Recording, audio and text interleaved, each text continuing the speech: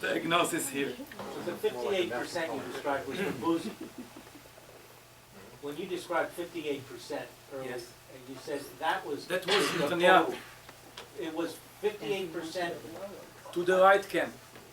That was, and that week before the election. In other words, the 58% was. Oh no, yeah.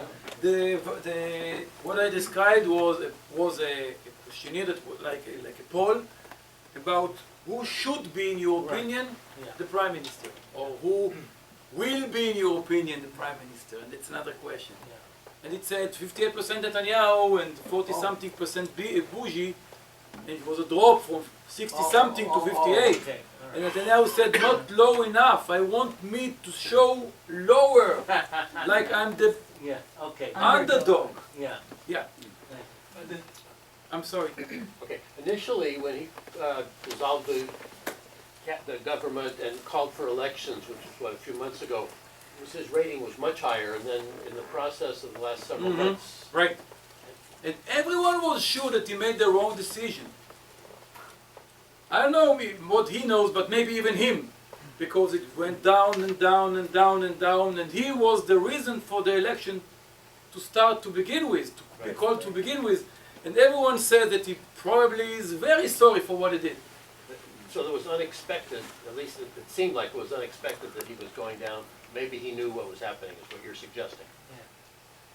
I don't know. I believe that he didn't know what will happen because he couldn't expect that hell will burst, because that's what happened during the elections. All the scandals that he didn't expect that will come out, and all those things. He didn't expect himself to drop that much. There were a lot of elements that happened during the election he didn't expect, but somehow all played for him in the end. So he was before, and then go ahead. The fact that the conservatives, the righties have like 68, the coalition. Yeah, 67, 68. 68, Yeah. plus there could have been another 3 or so, it could have been 7. It seems like he attracted a lot more people, maybe from the middle, to vote. Hardly. I'll show you. The next slide is showing it. Hardly. Hardly. The mathematics was similar in the polls before. The bottom line mathematics of the two camps, right and left, were the same. It didn't really change. It didn't draw votes from the left to the right. Maybe from the center a little bit to the right. Maybe, yeah. Why did he call the election? When did he call it? Why? Why? There is no real apparent reason why he called the election. The excuses that he gave were very lame at the time, and they looked like issues that could have been resolved between two adults. He probably wanted to have elections for reasons that only him thought of. I have my speculations, but the formal excuses were really lame. There was, by the opinion of every commentator, political commentator and analyst that I read, there was no reason to it. He said, oh, the treasurer tried to form a coalition behind my back. He talked to the heads of opposition. Something like, I'm offended. Please hold me. Something like that. I mean, it was really for no reason. No one really knew. Was his little political ploy of coming before the Congress to speak right before, do you feel that played a lot also into the action plan of bringing over more of the Polls voters to him? didn't show that it played. I talked here about 3 days after the speech, and we tried to analyze, and they compared the polls before and after the speech, and there was no real move in the voters, in the seats. So probably it could have been the foreplay. Like, he wanted to create the feeling that he's being like attacked by bigger forces, the underdog feeling. That could have been one of the elements. And then he said, you see, everyone is against me because I'm standing for Israel. So it could have been one of the elements. And the fact that, so Obama didn't let that later on. But again, everything that was done against him looked or appeared to be something that even weakening him more. And probably that called for help. Does the Prime Minister have a fixed term of office, like 4 years or 5 years or No. whatever? No. No. Only the Knesset and it can be changed. So you can move, but it's very, very stable government. Can we move on? So here's what happened. This is the last 4 days before the election. That's the bigger picture that you received before. That picture was the big screen before. So I minimized it a little bit, and I showed you where the votes were. You see, here the Likud is smaller than the Avodah. So this is basically, but look, those parties are bigger. This is 13, it became 8 later on, 11, so 11, okay? And so on. So let's see. This was 11, became 8 in the end. Okay, that's Lieberman. Or Bennett, I'm sorry, this is Bennett. This is Bennett. So this is Bennett, he was 11, he showed 11 4 days before. He eventually received 8. Here it's by the size, so it's changing, but the same color. See? Bennett showed 11. Bibi's voters, who are righty basically. You want to change it, Eloy? Change the disc? I guess. Thanks. Maybe I'll... Yeah. There you go. So, the righties that wanted to vote for Bennett received the yell for help from Netanyahu, and they said, before I thought that I want Netanyahu to be the prime minister, but it doesn't matter because of the right camp, and Bennett, of course, will be in the right camp, so why wouldn't they vote for Bennett, who looks a little more sophisticated, he's, you know, they want to, he will guard Netanyahu not to go to the middle, he will be in the right. But then they were originally Likud voters, because Bennett is a relatively new phenomenon in the history of politics in Israel. So they said, we should go back to Netanyahu. The old master is yelling for help. We must help him. 3 votes moved from him to Netanyahu. Here it showed 23, so let's count 7, more or less. Okay? Then, that's him. Now here, this is Yesh Atid. Yesh Atid showed 13. He ended up with 11. Again, the liberals among the righties, the younger people, people who thought that Yair Lapid makes sense, seculars. Suddenly Netanyahu is yelling for help. They did the same. They moved over here.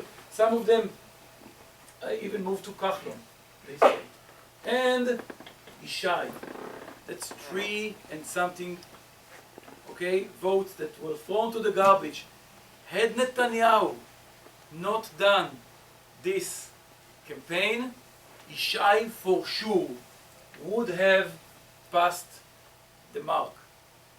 So Netanyahu basically shrunk all the bigger parties, the middle class, the middle parties, and he eliminated Eli Ishai.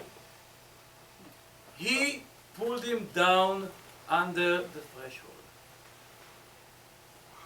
That is what Netanyahu did. He basically shrunk or made the right camp smaller by 4 votes. But he is the prime minister for sure.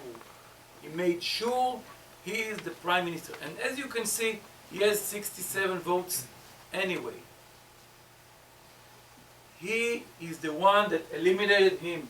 He didn't let him pass because there was a draw of voters for sure he would have had 10 more thousand votes.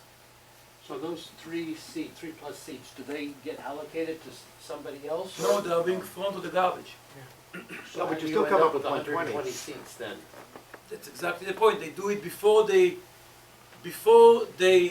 I showed it on the last time. I don't want to repeat the material of last time.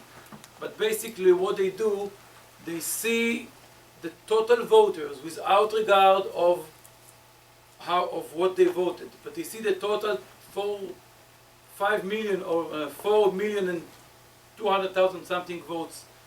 And they calculate the percentage, the 3.25%, and then they see if the party passed it.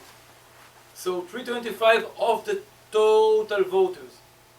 And then they see parties that did not pass, they throw away their votes, and then they take the amount of votes that voted for parties that did pass. And this, they divide by 120. But then can't you say that those, the writers, the far writers, then move to a party, the Likud, which basically is less to the right? They moved to the Likud, and it shows settlements, righty settlements in the territories, okay, voted more for the Likud. Yes. Yes. Yes. Why? Because Netanyahu in the last days pulled to the right and said there will be no Palestinian in my shift. And they decided to give him the votes because he convinced them that it will be in doubt, that he will be the prime minister, he might not be the prime minister. And they prefer to vote for him and go for sure than to vote for another person and jeopardize his prime ministership. And it also is a natural psychological thing in a situation like this, that you want to go with the strong horse. You have a much stronger potential of saving your what you believe in, with getting, instead of voting for a much smaller. Right. Yeah. That's basically the explanation. Yes, Gil. Yeah, also, going back to the tribal and you know, circling the wagons, the Likud also did extremely strong in areas near Gaza and in the They're settlements. spoiling by seven slides away. Oh, okay. But also the development towns. We'll talk about it and have graphs. Okay. Okay, you are totally right. Absolutely. Just don't take away with lecture. Okay. What's the comparison in the number of seats that Netanyahu had before to what he will have now? He has much more than before. Before he had 20. I meant 21. I meant his coalition government. Oh, but it was composed of different parties. So it will be basically the same amount, but taken from other parties. Right. So that's what happened here. Netanyahu drew votes from his colleagues, his righty colleagues. 1, 2, 3. That's most of them, and it counts more or less to 7. But this is what happened. All right. Now I'm giving some commentary. Okay, it's taken, but again, commentary based on facts. The commentary is, the Hebrew speakers can read it. It says Israel is very rifted, very torn apart, and this is how it says. This is how the 10 tribes voted in Israel. That's what it says. So, and they are showing different graphs, and again, the graphs are facts taken from the polls. So this is how Tel Aviv total votes. The state of Tel Aviv is left 70 seats. If Tel Aviv only was voting in Israel, this was the government.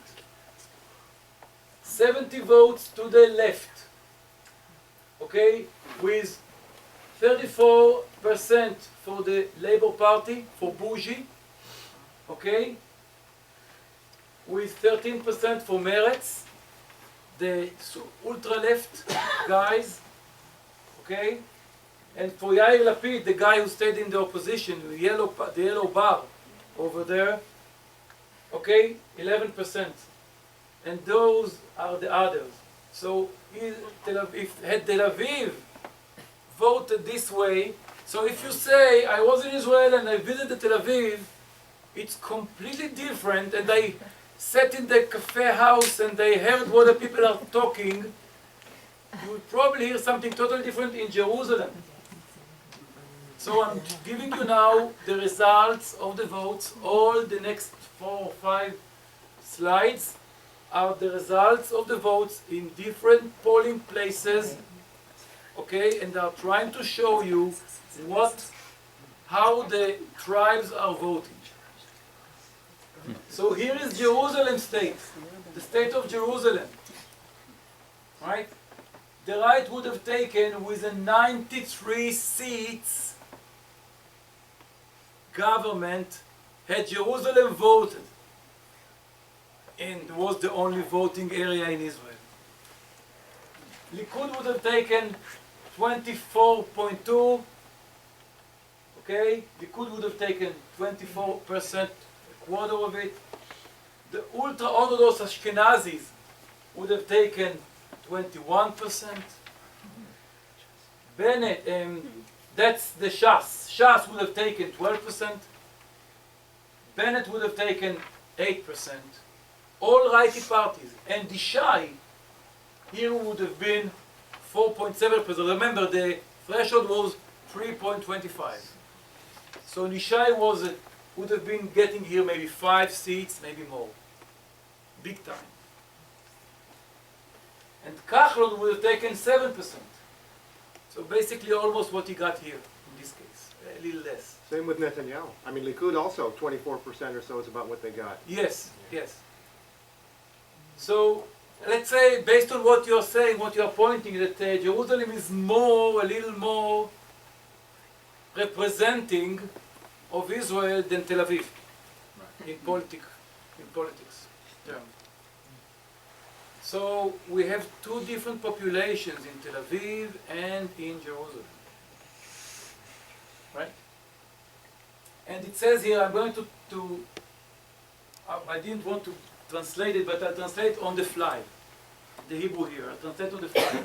Oh, Gil, you want to come and help me? No, I just want to stand up like that. No, but if you want to read it and correct me on the fly with the translation here, I'll be glad to. So it says here, at least 5 different countries and a few more satellite countries are running here together, aside to each other. Every state has their own cities, language, leadership, and the newspaper. Numerically, how many would be on the Tel Aviv side, and how many would be in the Jerusalem I didn't understand the question, but I want to Well, continue with that. what's the population difference? How many people are in the Tel Aviv part? Jerusalem is the biggest city, and Tel Aviv is the second. But here it doesn't only take Tel Aviv, it takes the whole, what we call Gush Dan, the Dan area, the whole Tel Aviv and suburbs, the big Tel Aviv area. Yeah. Did you throw Haifa in there? No, they didn't. Could you speak to how Haifa voted? I'm not sure. I'm not sure, but I believe it will be closer to Tel Aviv. Yeah. All right. So at least 5 countries are being run here. Okay. Each one has their own settlements or cities, language, leadership, and a newspaper. The voters in each one of the countries probably have an idea about the direction that the leaders want to take them. They all have different ideas. They have ideas about every different subject in the world, it says here.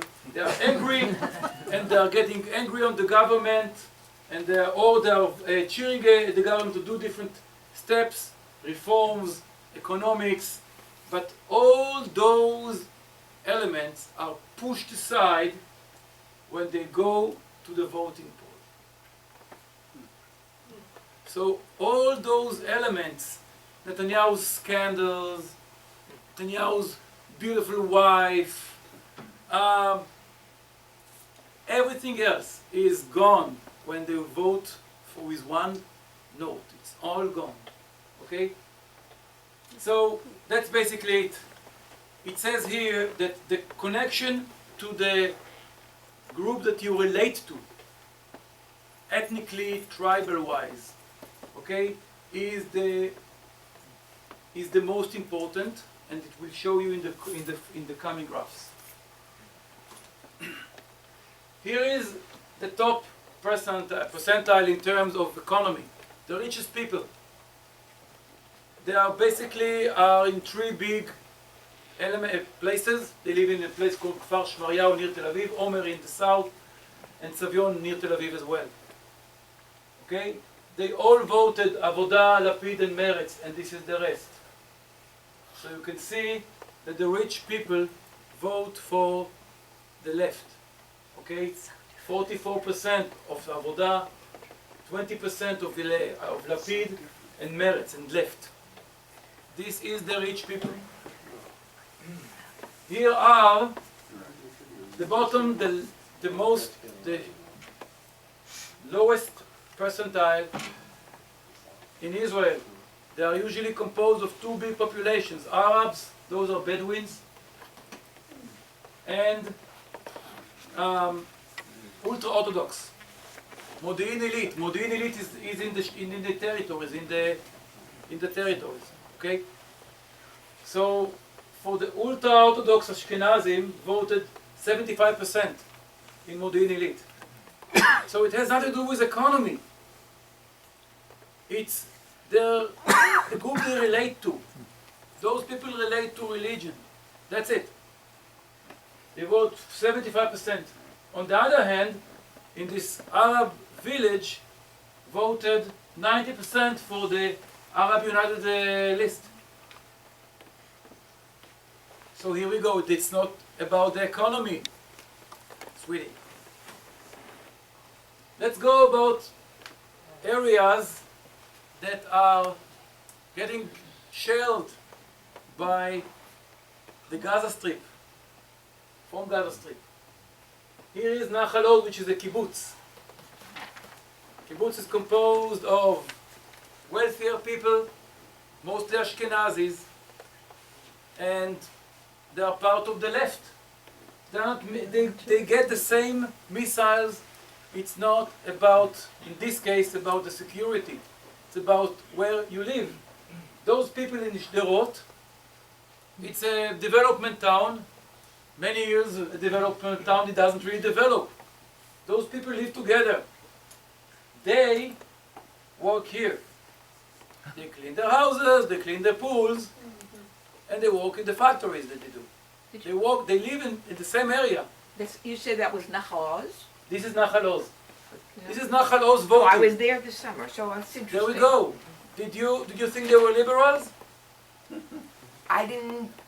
No, I Do you no, think not that they- particularly. I didn't think one way or another. They So were this just is not listening allowed. to their story about what happened all summer. Yeah, the Labour Party, and I'm sorry, sometimes I do it with an O, like with an O, sometimes I do it with a U like the British.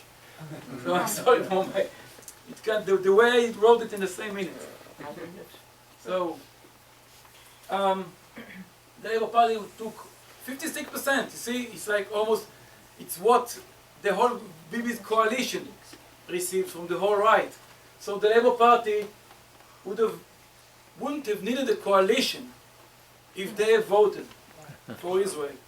The Labour Party was simply a majority, and that's it. No need. Now Lapid, it could be added, he's a nice guy. And Meretz, again, the ultra-left, or the most left party who is Zionist in here. And then Lapid, the central guy, who is Ashkenazi and so on. Now just a few miles from there. Right. Okay, Sderot, they voted 42%, 43% for the Likud, and then Kulanu, which is Kahlon, I'm sorry, he will be the treasurer now, Beit Yehudi, Bennett, Shas, and Lieberman. So it's not about the geography, and it's not about who is throwing shells at us, it's about what do you think should be done with it, or where you belong. Here are the mixed cities, meaning Arabs and Jews live them together, they're together, same city. Accra. Arabs and Jews together in another city, Ramallah. Sorry, Ramle. Ramallah is in. Right, Ramle. Thank you. Who's that? Oh, see, it's you. Thank you for being You should here. never make that mistake if you're driving. And that's for sure. And you know, one of the Likud, now I'm ashamed, but one of the Likud loud Knesset members, she did the same mistake as I did just now. So anyway, so in Ramle, they vote by where you belong. If you are Jewish, you vote Likud. If you are Arab, you voted Arab United. That's what they do in Akko. If you are Jewish, and if you are Arab, they don't vote for something in the middle, and they don't really vote for a solution, although they live together every day. So are you saying it's still a tribal allegiance? Yes, Okay. absolutely. You know the population of Nahal Oz, the kibbutz, and the development town Bayit. Here are two neighboring cities in the center of Israel.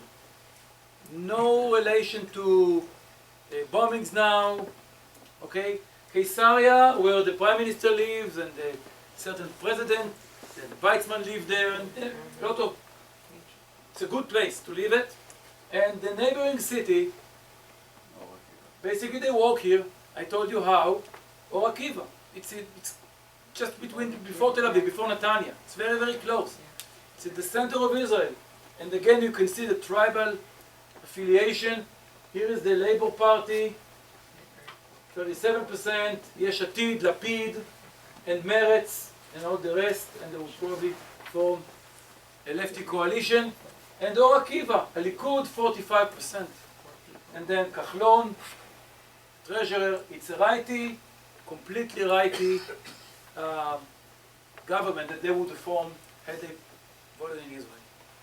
So you can see that basically what drives the voting in Israel is where your roots are. Where your roots are. I'm opening questions and I'm sure we'll stay here a lot. Yeah. Well, I'll ask the question when I came in. How the press is now talking in the United States about relations being more compromised now than before with Israel. What is your opinion as to how this is going to affect relationships between the United States and Israel? It's a All right. broad question, but, It's a broad question, and you know what? I told you that we're going to dodge it. right. I think your guess is better than mine, because you're talking about the reaction of the United States, of Obama. And he's been your president well, at the same time as mine, but you've been Americans more than I am. I think that you are more expert than I am on the American politics. I'll tell you what Bibi is trying to do. Tell us. Bibi is trying now to recover it. Obama looks to me like he's very angry and he's not even trying to be appeased. I mean, Obama says, Bibi said, I didn't really mean what I said 3 days before the election, 3 days ago. 3 days ago. You go, a day after the election, he goes, it's not really what I meant.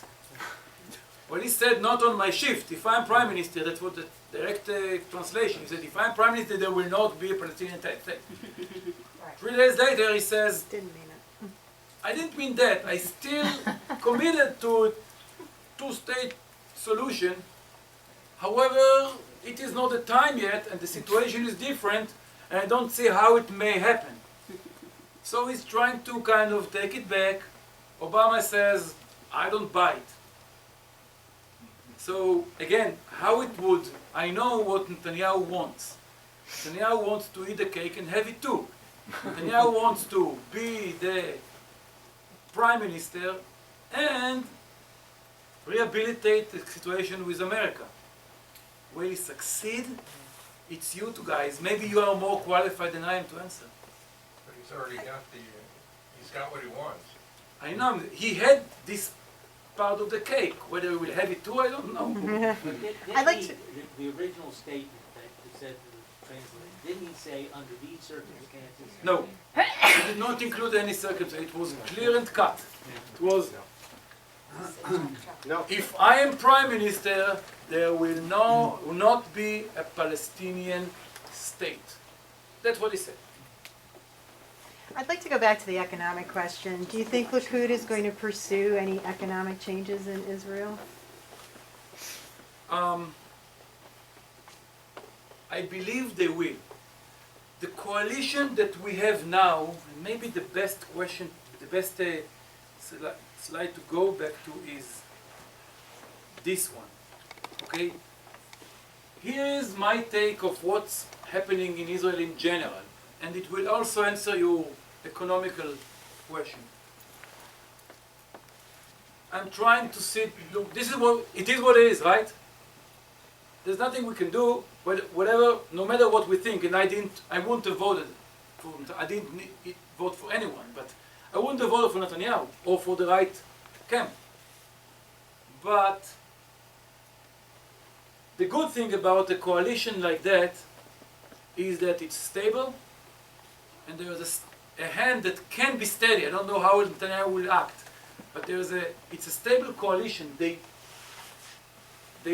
think alike in the most important elements, which is the politics, the political situation, and the economy.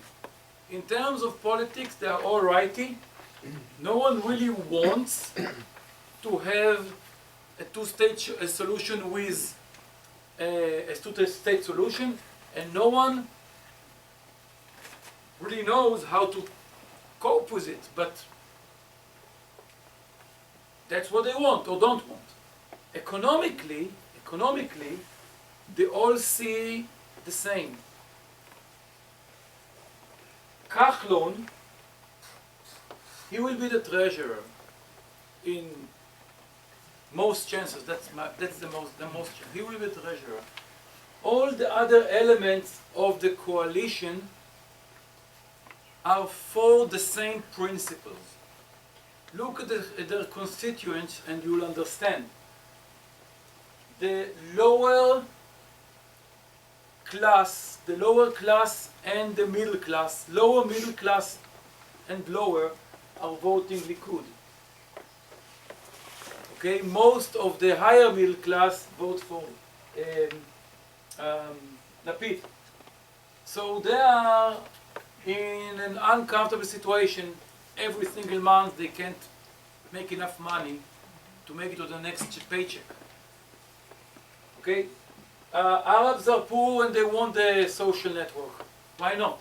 But they're not even in the coalition. But why wouldn't they want it?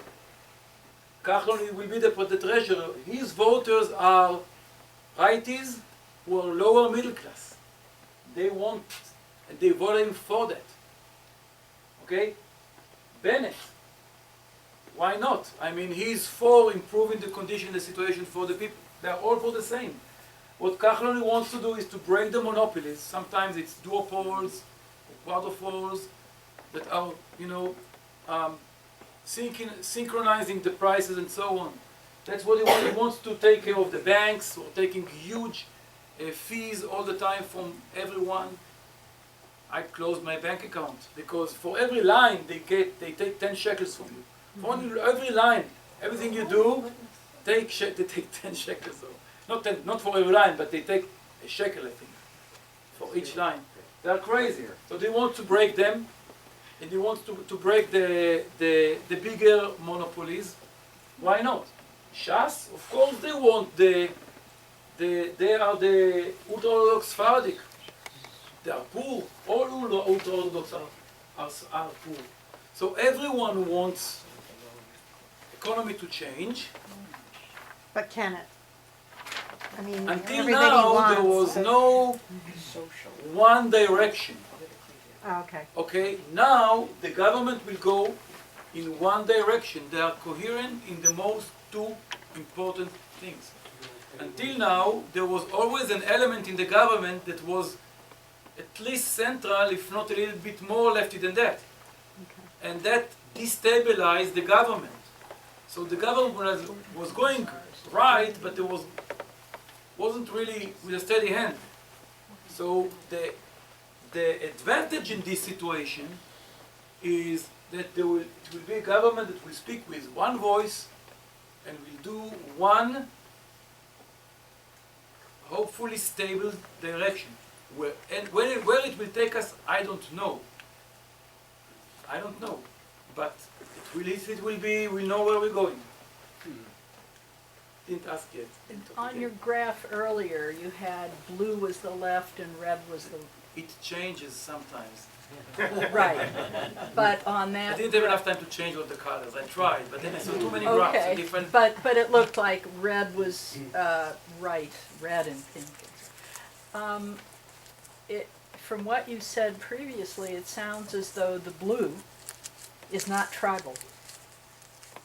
I don't remember what. The left is The not left- the the tribal, left camp they don't respond is to less tribal. tribal. Is less tribal. The liberals are less tribal, and the right camp in Israel is more tribal.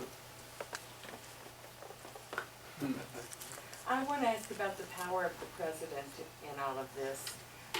For example, Meretz MK told the president not to form the government until after Netanyahu apologizes for his racist comments. Is this within the power of the president? So he simply is going to announce what the obvious. What's the power of the Queen of England? She formally nominates the Prime Minister, and he gives her her oath and so on. But what's her power? That's exactly the power of the president. In the absence of Knesset, because it was just elected and wasn't sworn in yet, he will be the chair until the swearing in of all 120. And technically, that's it. And he will be technically looking at the powers, but now he has no way to decide. Yeah. The way you describe the potential of Netanyahu to help the lower classes against these large economic interests, it reminds me of Teddy Roosevelt, the Progressive Party, and he was a strong voice which really tamed those monopolistic powers in the United States. Maybe, maybe this is what he's going to do now. I don't know what he will do. But until now, there is no sign.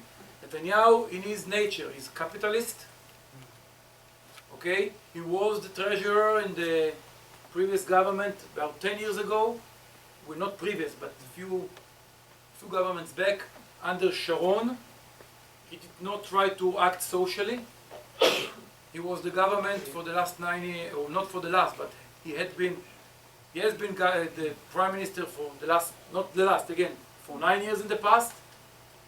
Okay, for the last 6 years, he didn't do any effort. But maybe now he will try to look like the Robin Hood. What do you see happening on religious policy in terms of subsidies and education, military service, and so forth? All the reforms that were supposedly achieved in the last term by Yair Lapid, okay, who was the treasurer and tried to fight for, drafting to the religions and so on. I personally don't believe that any of his bills that were passed and were technically achieved had any teeth. It did not have any power, and they wouldn't have in any case, being done. But even that now, that those symbolic things were going to be thrown to the history trash can. Even formally. And I'll just add a little bit about that, just a little bit. Lapid passed a bill that technically says that there will be mandatory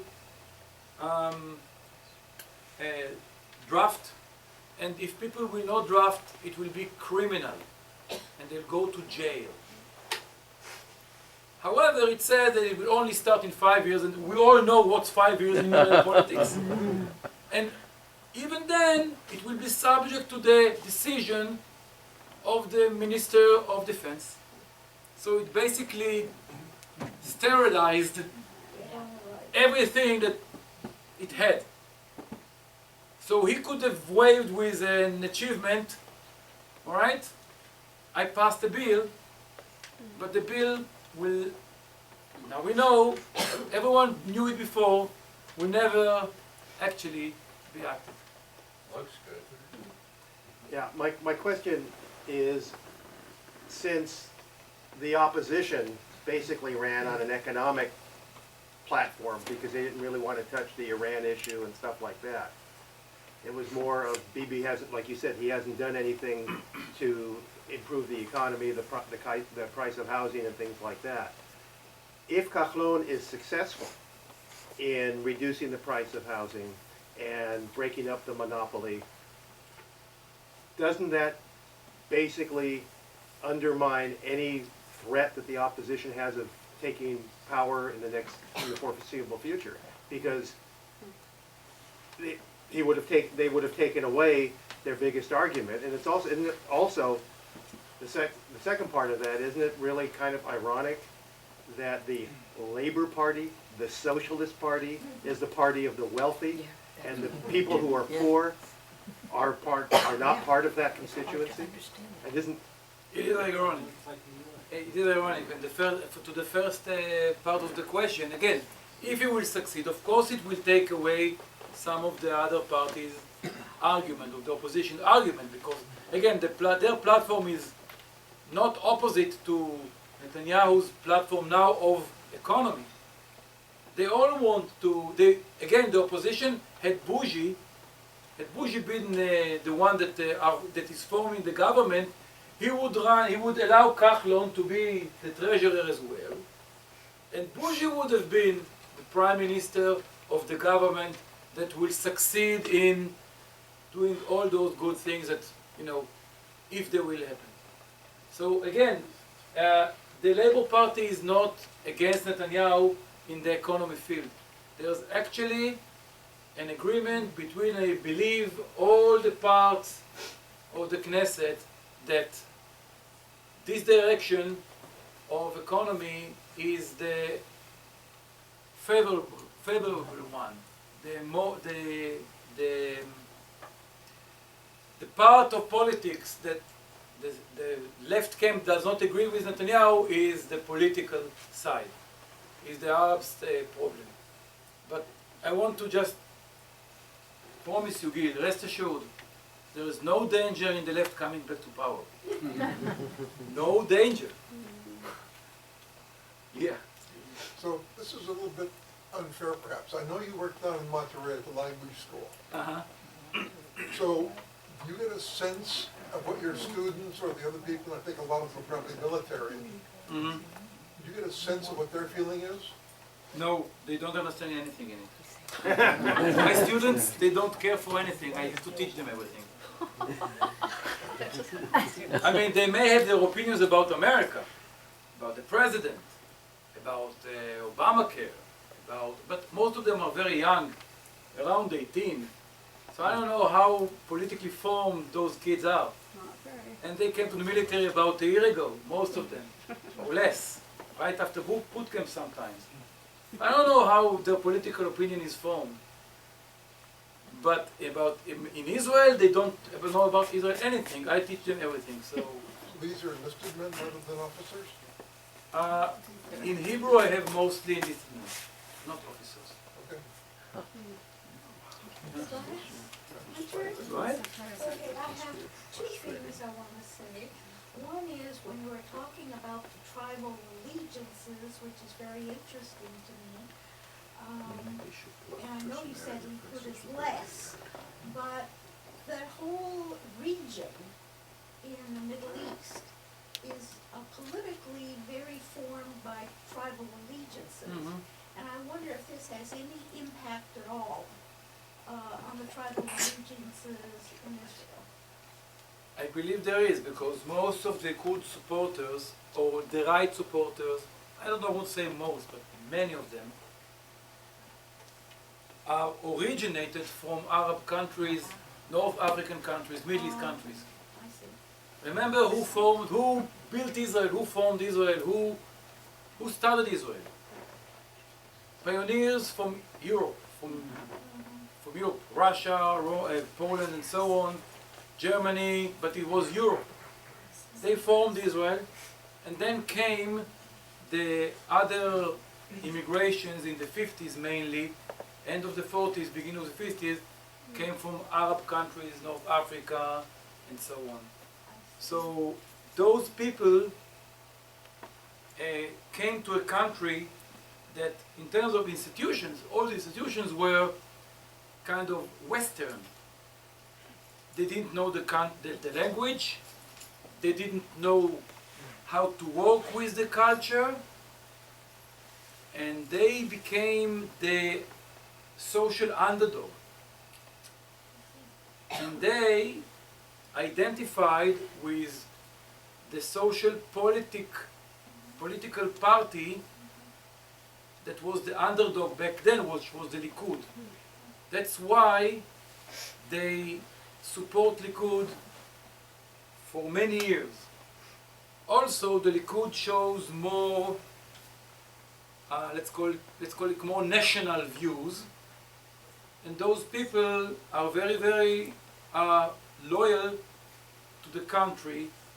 Most of them grew up among Arabs or something like that, and they think that with the Arabs you need to deal with power and not with trying to somehow deal with it. So this is the culture. So yes, there is a strong correlation between the population and the views. And the other comment I have, I still think, this is a comment, that Netanyahu is a megalomaniac, and that is my profession to know that. And, well, but what I'm trying to say, it seems like his political agenda is very Machiavellian, and that he will do whatever he needs to do to remain in power, because that's very important to him. And he's flip-flop because power is the highest agenda. It's again, it's an interesting input, and I basically don't contradict it. Netanyahu, and we saw it here, he stepped on every rule that you may think of in politics on his way to be a prime minister. That's a narcissistic personality disorder. I can give you the DSM.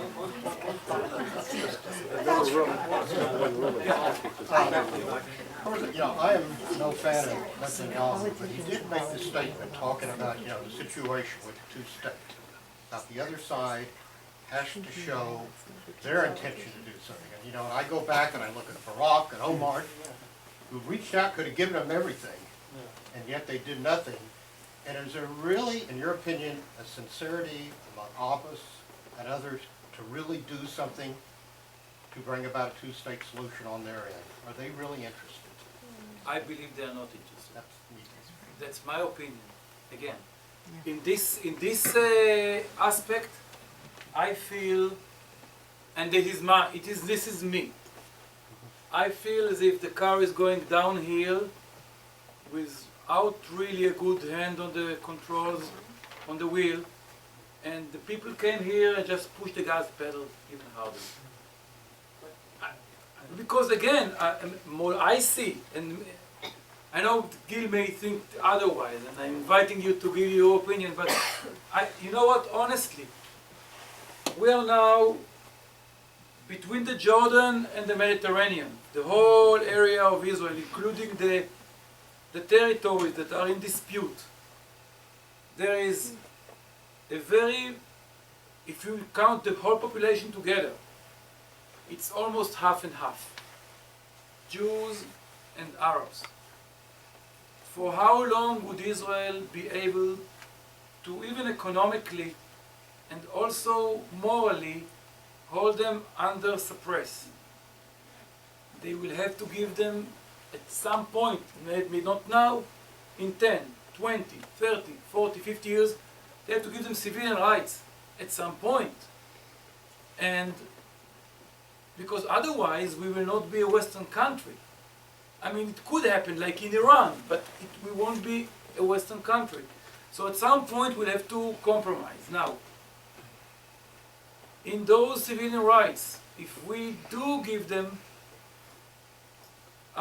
voting rights, they will just vote us out. Right. And if we don't give them voting rights, I don't know how we can maneuver it this way without being looked at as, I don't want even to say this word, apartheid state. So I don't know. So I don't see any solution. I honestly don't see any solution. Maybe there is a solution. Maybe Netanyahu now, with the firm hand that the government is giving him now, maybe he will come up because he's a magician. So maybe he will come up with something. Maybe I don't see it. Maybe all of us don't see it. I don't know. Yeah, go ahead. Megalomania is not unique to Netanyahu.